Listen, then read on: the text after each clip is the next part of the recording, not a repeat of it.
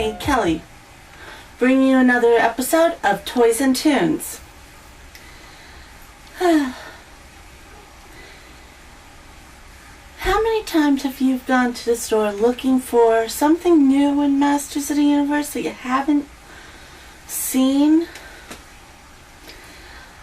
I know there's quite a few of us who do go and do this browsing, but outside of the 80s, all we seem to keep finding is the classics. Until now. Funko decided it's about time that He-Man became a bobblehead. So, we're going to take a look at Wave 1 of Funko's He-Man and the Masters of the Universe Wacky Wobblers bobblehead toys. First, let's take a look at the packaging that these Wacky Wobblers bobblehead toys come in. If you're a Masters of the Universe Classics collector, first thing that strikes you is the packaging is very, very similar. We have the brickwork just like they have in the bottom, with the exception that the 30th anniversary logo is on the front. The banner going across the top resembles the scroll that is on the back, and when you look at the top, they do have one of the two moons of Eternia on the top, just like we see in the background on the classics. Where the classics, we also get the second moon of Eternia. One of the main differences that we can notice is in the characters being pictured. On the classic, we have a very dramatic style of drawing where on all of the figure artwork on the Wacky Wobblers, we're treated to Filmation style artwork, which makes these boxes really cool that they're blending Filmation with the classic packaging. So let's take a look at the four men that make up Wave 1 and see if they're truly the yes men of the universe. Oh, he's gone. Who does that cabbage think he is? It's all your fault, you flea bag. Get out of my sight! Look at both Beastman and Skeletor. Seems very appropriate that Beastman would be part of Wave 1. Figuring he was always throughout Filmation and the Mike Young Productions going, yes master, no master. So for him to be a bobblehead, it makes perfect sense. And who can forget all those rants that Skeletor did throughout Filmation? So these were the perfect villains to be part of Wave. Here's the classic figure that we're now getting courtesy of Matty Collector. Highly articulated, lots of details. On Skeletor, he came with a sword, his Havoc staff. Funko, keeping it very simple, he comes with his Havoc staff, which is permanently attached. If you look, at least on my Skeletor, you could see where the shoulders joined in, but they are glued in place. And his head bobbles all over. He can do the yes and the no easily, or just go nuts shaking his head. On the top of his armor, there is no horde bat, and even the boots are very simple. Again, they were staying with a Filmation style. So if you grew up in the 80s and love Filmation, we're finally seeing a Skeletor based on the Filmation. Okay, the head's a little bigger, but can't be choosy. Beastman, prepare Coldar for the freeze chamber. We'll see if being put on ice for a while will cool him off a bit. Yes, Skeletor.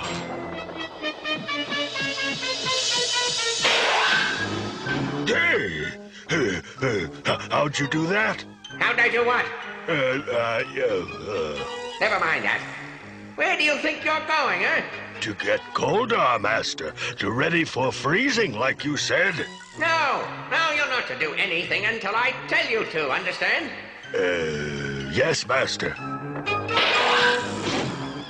Well, Beastman, is Coldar ready?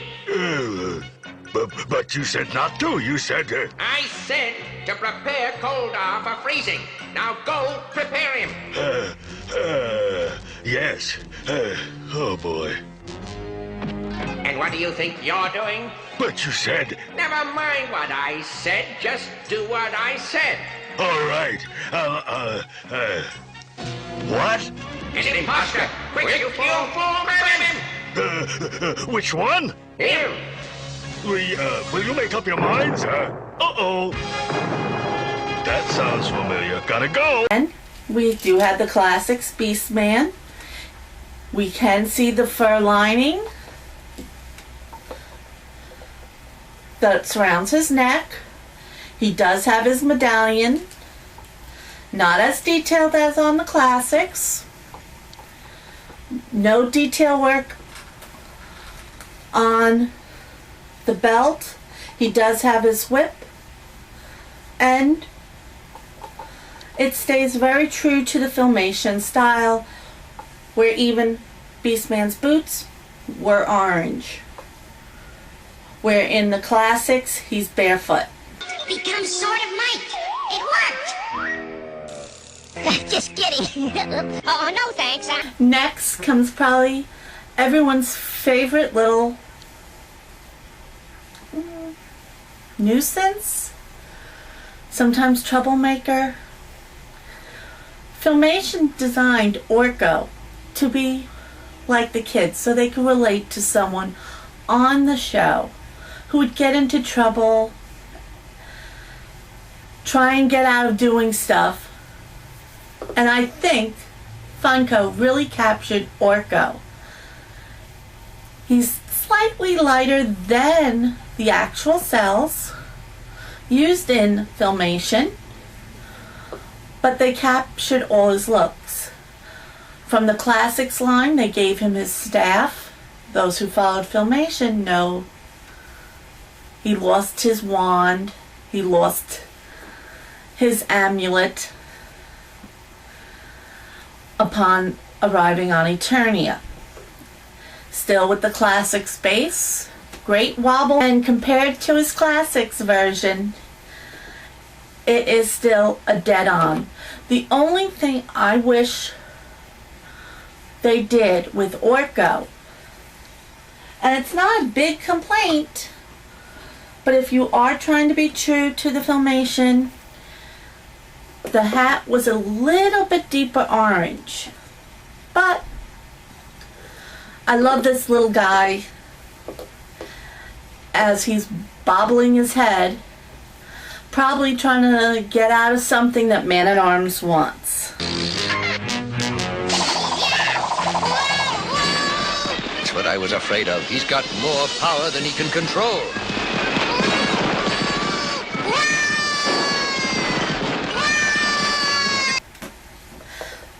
I saved the best yes man for last. Hey, I'm not going to start off with my favorite guy, though all of them are my favorites. It's hard to say if I don't have a favorite. and that is He-Man.